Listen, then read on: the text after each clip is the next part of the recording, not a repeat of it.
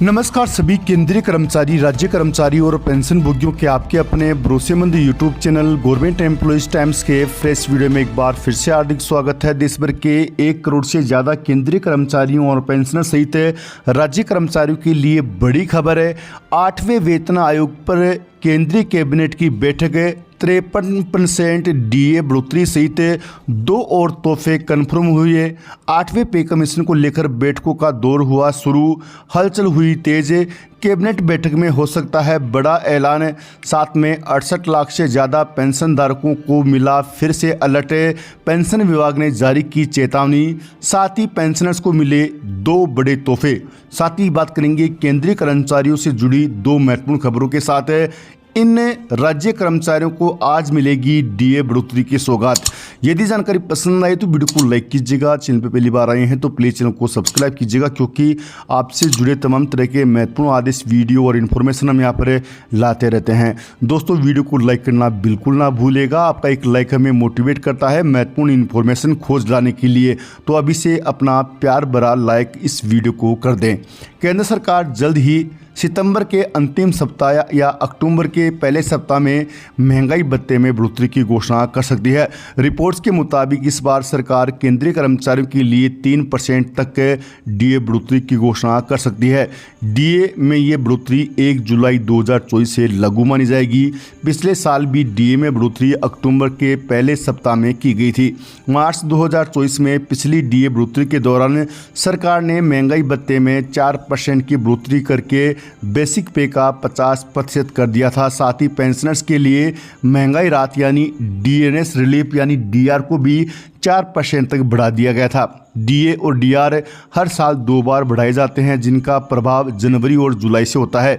DA में केंद्रीय कर्मचारियों को दिया जाता है, जबकि डीआर पेंशनर्स को दिया जाता है। आपको जानकारी के लिए बता दें कि हाल ही में संसद के मानसून सत्र के दौरान केंद्रीय वित्त राज्य मंत्री पंकज चौधरी ने स्पष्ट किया कि सरकार कोविड-19 महामारी के दौरान रोके गए 18 महीनों के डीए और डीआर के बकाया को जारी करने की संभावना नहीं देख रही है। मंत्री पंकज चौधरी ने एक सवाल के जवाब में कहा कि नहीं।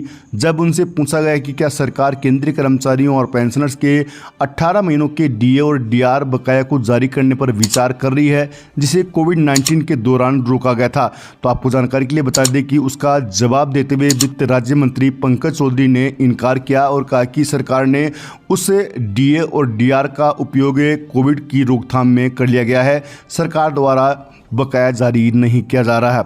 आपको जानकारी के लिए बता दें कि केंद्रीय कर्मचारियों और पेंशनर्स के डीए और डीआर को लेकर 25 सितंबर को होने वाली केंद्रीय कैबिनेट की बैठक में बड़ा ऐलान होने की संभावना है।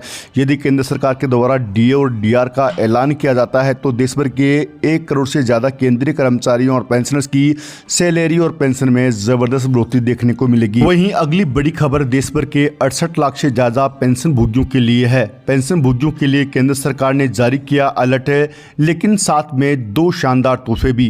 तो आपको जानकारी के लिए बता दें कि केंद्र सरकार ने जीवन प्रमाण पत्र के लिए एक उच्च सतर्कता संदेश जारी किया है। साथ ही पेंशन भोगियों को 2 शानदार तोहफे दिए हैं। इस सर्कुलर ने उन्हें आने वाली पेंशन प्राप्ति के लिए जरूरी जानकारी प्रदान की है और उनकी सुविधा के लिए इसका उपयोग किया जा रहा है। आपको जानकारी के लिए बता दें कि 80 वर्ष या फिर उससे अधिक आयु के पेंशन भोगी 1 अक्टूबर से जीवन प्रमाण पत्र भरने की सुविधा दी जा रही है, जबकि 80 साल से कम उम्र वालों को 1 नवंबर 2024 से ये सुविधा मिलती है। लेकिन इस प्रक्रिया में धोखाधड़ी की संभावना को देखते हुए केंद्र सरकार ने एक महत्वपूर्ण सर्कुलर जारी किया गया है। जैसा कि आप सभी जानते हैं, हर महीने पेंशन प्राप्त करने के लिए पेंशन भोगी को वर्ष में एक बार जीवन प्रमाण पत्र भरना अनिवार्य होता है और 80 साल या उससे ऊपर के पेंशन भोगियों के लिए ये सुविधा 1 अक्टूबर से उपलब्ध होती है। फेस पहचान सिस्टम के माध्यम के जरिए पेंशनर्स घर बैठे बैठे जीवन प्रमाण पत्र भर सकते हैं, लेकिन ऐसा करते समय आपको बहुत सावधानी रखनी होगी, क्योंकि अगर आपसे कुछ गलती होगी तो आपको परेशानी भी हो सकती है। तो चलिए आप सभी को पेंशन भोगियों के अलर्ट और तोहफे के बारे में जानकारी दे दें। आजकल साइबर फ्रॉड के द्वारा अधिकतम पेंशनधारकों को ऑनलाइन जीवन प्रमाण पत्र अपडेट करने के लिए सूचित किया जा रहा है। केवल यही नहीं, उन फ्रॉड के पास पेंशनधारकों की पूरी जानकारी उपलब्ध है, जैसे कि सेवानिवृत्ति का दिनांक, पीपीओ नंबर, आधार कार्ड संख्या, स्थायी पता, ईमेल आईडी आदि जैसी जानकारी। साइबर अपराधी पेंशनभोगियों को पूरी डिटेल के साथ कॉल करते हैं ताकि पेंशनभोगी को उन पर शक न हो, क्योंकि उन डिटेल के कारण पेंशनभोगी उस पर विश्वास कर सकता है। इससे उन्हें लगता है कि कॉल पेंशन निदेशालय से की जा रही है। अपराधी पेंशनधारकों को पूरी जानकारी बताते हुए उन्हें जीवन प्रमाण पत्र अपडेट करवाने के लिए कहते हैं। अगर पेंशनधारक गलती से अपराधी को फोन पे आए हुए ओटीपी बता देते हैं तो उसकी वजह से उन अपराधियों को पेंशनधारक के अकाउंट का एक्सेस मिल जाता है, जिसकी मदद से वह पेंशनधारक के अकाउंट का सारा पैसा किसी दूसरे अकाउंट में ट्रांसफर कर देते हैं। इसलिए सभी पेंशनधारकों को हमेशा सतर्क रहना चाहिए। वहीं अगली बड़ी खबर की बात कर ले तो देश भर के 1 करोड़ से ज्यादा केंद्रीय कर्मचारी और पेंशनर सहित राज्य कर्मचारियों के 8वें पे कमीशन को लेकर आ रही है। हाँ जी, लंबे समय से केंद्रीय कर्मचारी और पेंशनर्स 8वें पे कमीशन के गठन का इंतजार कर रहे हैं, तो उनका इंतजार अब जल्द पूरा होने वाला है। शिव गोपाल मिश्रा ने कहा कि उन्हें पूरा भरोसा है कि केंद्र सरकार जनवरी 2026 से केंद्रीय कर्मचारियों और पेंशनर्स की वेतन और पेंशन में संशोधन करते हुए 8वें पे कमीशन को लागू कर देगी। अगर केंद्र सरकार के द्वारा 1 जनवरी 2026 से 8वां पे कमीशन लागू किया जाता है तो उसकी घोषणा अभी करनी होगी। तो आपको जानकारी के लिए बता दें कि 8वें पे कमीशन कमेटी की घोषणा केंद्रीय कैबिनेट की बैठक में की जा सकती है। यदि अब केंद्रीय कैबिनेट की बैठक में 8वें पे कमीशन का ऐलान किया जाता है तो 8वें पे कमीशन कमेटी को अपनी रिपोर्ट सौंपने के लिए 12 से लेकर 15 महीनों का वक्त होता है। आपको जानकारी के लिए बता दें कि 1 जनवरी 2026 से 8वां पे कमीशन लागू होना है। ऐसे में केंद्र सरकार के द्वारा 8वें पे कमीशन कमेटी का गठन अभी किया जाएगा, तभी केंद्रीय कर्मचारियों और पेंशनर्स को सही समय पर लाभ मिलेगा। बतौर शिव गोपाल मिश्रा ने कहा कि यदि केंद्र सरकार के द्वारा 8वें पे कमीशन का गठन किया जाता है तो केंद्रीय कर्मचारियों और पेंशनर्स की सैलरी और पेंशन में जबरदस्त बढ़ोतरी देखने को मिलेगी। जहां केंद्रीय कर्मचारियों का न्यूनतम वेतन 18,000 रुपये से बढ़कर 34,560 रुपये हो जाएगा, वहीं पेंशनर्स की पेंशन भी 9,000 रुपये से बढ़कर 17,280 रुपये हो सकती है। सरकारी कर्मचारी की वेतन को लेकर हर 10 साल में वेतन आयोग का गठन किया जाता है। पिछले यानी 7वां वेतन आयोग 2016 में लागू किया गया था, जिससे कर्मचारियों के वेतन में काफ़ी वृद्धि हुई थी।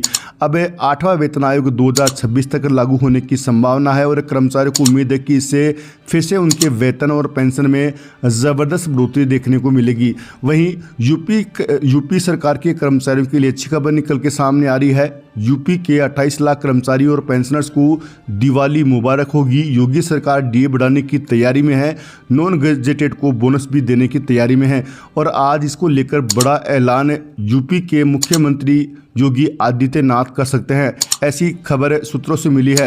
उत्तर प्रदेश के करीब 20 लाख कर्मचारियों और 8 लाख पेंशनर्स को दीपावली से पहले महंगाई भत्ता बढ़ाने का तोहफा योगी सरकार के द्वारा आज शाम तक दिया जा सकता